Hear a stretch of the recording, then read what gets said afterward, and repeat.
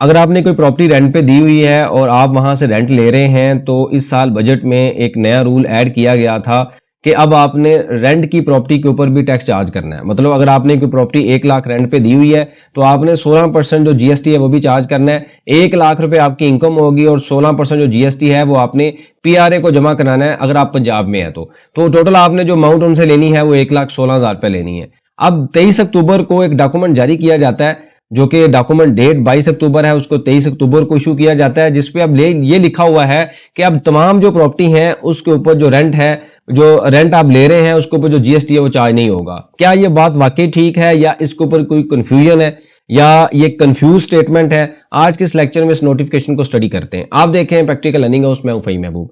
वापस आते हैं टॉपिक के ऊपर। जैसे मैंने आपको बताया है कि इस साल बजट में 1 जुलाई 2025 से ये रूल आ चुका था कि जितनी भी प्रॉपर्टी आपने कोई रेंट पे दी हुई है और आप रेंट ले रहे हैं तो आपने वो जीएसटी कलेक्ट करना है और पीआरए को जमा कराना है। अब ये काफी चीजें कंफ्यूज हो रही थी, कुछ लोग कोर्ट में भी गए, वहां से भी कोई रिलीफ नहीं मिला।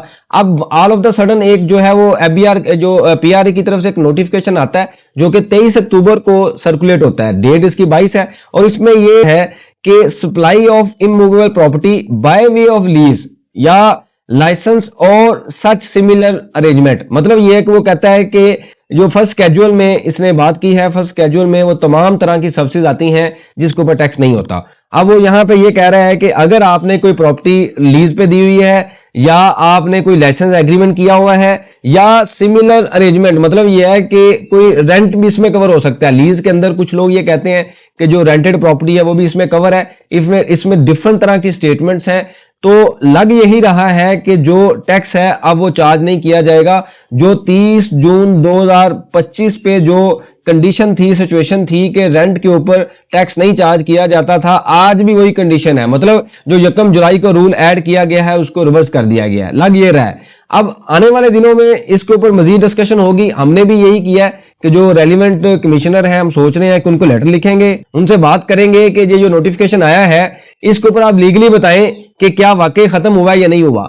वो इसमें 2-3 कंफ्यूजन क्या है कि अगर आप देखें तो सीरियल नंबर 19 को ऐड किया गया और इस पे ये कहा गया कि भाई ये बेसिकली वो सीरियल थी कि जो कंफ्लिक्ट क्रिएट कर रही है कि अगर इस पे वाकई ही रेंट के ऊपर जो है वो टैक्स खत्म किया गया है तो आप इसको अमेंड कर दें। तो यहां पे आके उन्होंने जो है वो नई एंट्री ऐड कर दी। इसमें जैसे मैंने आपको बताया है कि मैक्सिमम लोग यही कहते हैं, काफी जो सीनियर प्रोफेशनल्स हैं वो यही कह रहे हैं कि इसको खत्म किया गया है। लेकिन आपको पता है कि जो लॉ की इंटरप्रिटेशन है वो बड़ी डिफरेंट है। क्या लीज का मतलब वाकई ही रेंटेड है? आमतौर पर जो लीज का वर्ड यूज होता है वो बैंक लीज या इस तरह की टर्म यूज होती है।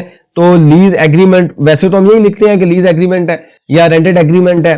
तो आने वाले दिनों में इसके ऊपर मजीद क्लैरिटी आएगी। अगर आपके पास कोई भी सजेशन हो, कोई इसके ऊपर ओपिनियन हो या आपकी इंटरप्रिटेशन का तरीका थोड़ा डिफरेंट हो तो आप कमेंट्स बुक्स में लाजमी मेंशन करें ताकि इसको देखने के बाद या इसके ऊपर डिस्कस करने के बाद हमें ये क्लैरिटी आए कि क्या वाकई ही हमने इसके ऊपर टैक्स चार्ज करना है या नहीं करना। ये बड़ा एक सीरियस पॉइंट है कि आज इस डॉक्यूमेंट की बेस पे हम टैक्स ना चार्ज करें और कुछ टाइम के बाद पीआरए पैदा हो जाए और हमें कह दिया जाए कि भाई आपने तो टैक्स चार्ज करना था, आपने नहीं किया। जो टैक्स था वो उस बंदे ने देना है जिसने बिल्डिंग ली हुई है या उस कंपनी ने देना है। तो अगर कुछ टाइम के बाद हम चार्ज ना करें तो वो तो नहीं देगा, तो फिर तो हमें पल्ले से अपनी पॉकेट से जमा करवाना पड़ेगा।